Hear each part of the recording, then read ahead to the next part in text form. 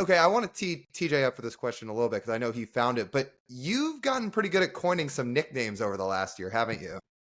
Yeah, I've been nicknamed the nickname guy. Like, So if we're gonna go through some here, Gabe, I want a little reasoning behind why you decided on some of these nicknames. So first of all, I think you named yourself, right, Lil Unit. No, that was Saucedo named me that. Oh, okay, Sauce and Topa named me that. okay, that's a good Yeah, one. yeah, yeah. Obviously Randy Johnson is one of the best left-handed pitchers of all time. So it was, like kind of an honor to be named that. I thought that they were going to give me some, you know, funny nickname, but yeah, it was kind of cool that they came up with that. Paul, I'm gonna say Paul Sewald because I think we all love Paul Sewald here on this Yeah, podcast right now. Big Hinge. yeah. I came up with that because he's the closer.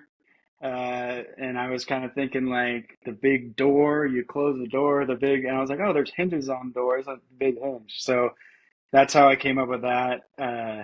And he calls me Lil Hinge. We still talk. He's a good friend of mine. But yeah, that's how I came up with that one.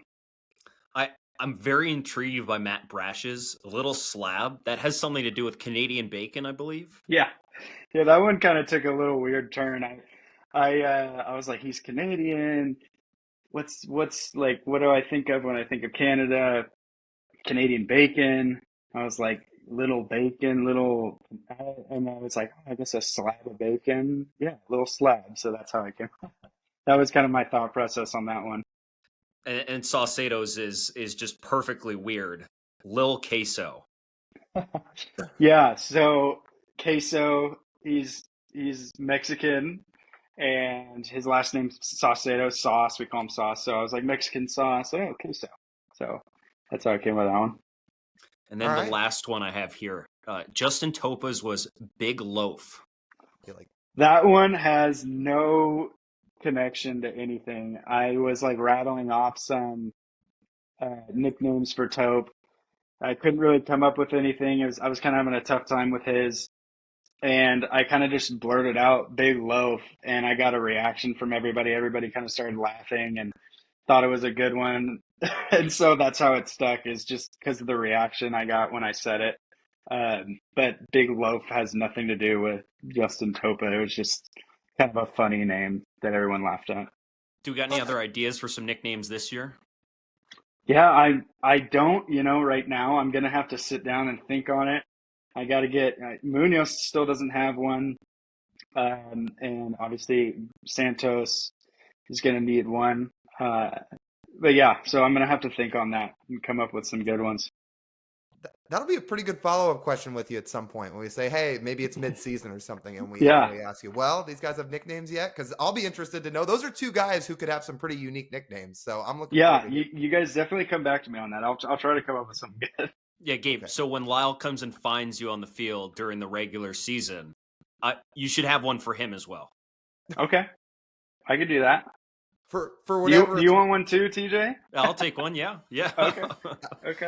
I don't know if I'm giving you a head start here, Gabe. Maybe I am. I get told by a lot of people I look like Pete Davidson, so maybe that's a head Okay. start. Okay. So if you need I, one, I, I was Yeah. thinking that No, or that helps. Lil PB and J. Little oh, PBJ. I do eat a lot of Okay. PB and J's for whatever that's worth. Uncrustables, or do you make your own? I make my own. Like, okay, Uncrustables are good, but I feel like I have a little bit more. Or sorry, a little bit less guilt if I don't go to the store and buy the Uncrustables. If I actually make them at home, there's a sense of like, all right, it's a tad little bit healthier, even though it's Yeah. probably like very marginal. So just to Yeah. make myself feel a little better, I make them at home. Yeah. Yeah. I mean, you can't be a PB&J. I lived off those in the minor leagues, and I definitely got sick of them at some point, but I still love them. Were you an Uncrustables guy, or did you make them? If they have them like I have never like bought any, but sometimes they'll have them in the clubhouse, and yeah, it's a good little snack. I like that. Okay, Yeah. I've got one final question for you before we kind of get to our like wrap up subject with you, which Okay. is I don't know if you've ever heard this. I had this thought before I ever talked to you, so I'm curious if you've ever heard it from anybody else. But not just when you're on the mound, but when you're walking around, maybe it's something about you being at the field. Does anybody ever tell you you've got like a death stare on you most of the time? Like you're just kind of laser focused. You ever heard that?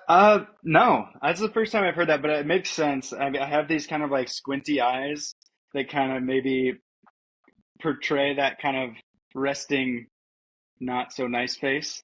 Uh, but yeah, no, I've never been told that, but I think it makes sense. I kind of have that scowl Uh-huh. about me, maybe. But yeah, I like to think of myself as a mellow, nice guy. But yeah, definitely when I'm out there, I turn into a different person. I mean, I, I'm gonna do everything I can to get you out, and I have an intensity behind it.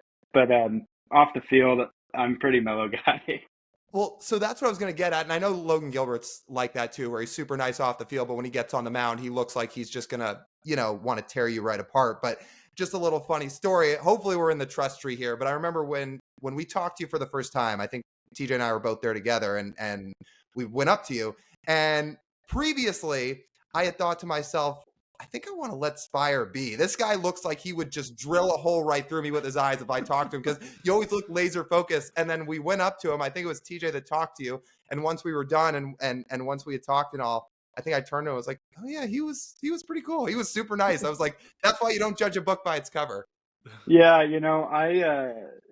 I've been, treated, everybody has, you get treated a certain way and it doesn't feel good. And I really try to pride myself on being a nice human being. And I think it takes more effort to be mean than it does to be nice. It's just so easy to be nice to people. Mhm. So it doesn't make sense to me when people are like that. And so I've been through some situations where, in AAA, you see guys get sent down and they're super salty and they don't talk to anybody. They're always in a bad mood. And I always told myself I'm never going to be that guy. It's not fun to be around. And I've been up and down, and I always try to be nice to everybody. There's just no reason at all to be mean ever.